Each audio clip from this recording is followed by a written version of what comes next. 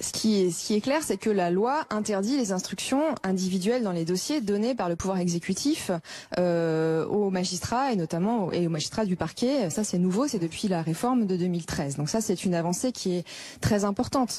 Malgré tout, le fait que la chancellerie, le pouvoir exécutif ait le pouvoir de nomination des magistrats du parquet et sans même un avis conforme du Conseil supérieur de la magistrature, ça entretient effectivement toujours la question parmi les citoyens de se dire, est-ce que si ce magistrat a fait tel acte dans telle enquête, c'est parce que finalement on lui a demandé en haut?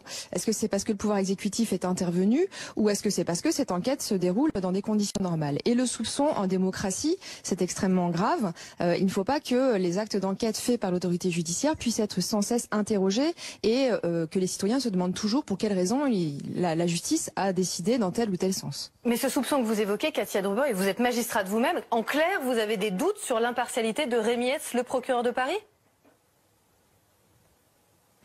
La question est de savoir si, effectivement, dans le contexte actuel, la confiance qui peut être accordée aux décisions prises au niveau du parquet de Paris est optimale, et on ne le pense pas, puisqu'on a eu cet épisode l'été dernier qui a consisté à ce que 3 candidats qui avaient été retenus par la garde des Sceaux n'ont pas été, entre guillemets, adoubés au niveau du pouvoir exécutif plus haut, c'est-à-dire le Premier ministre ou le Président de la République, on ne sait pas trop.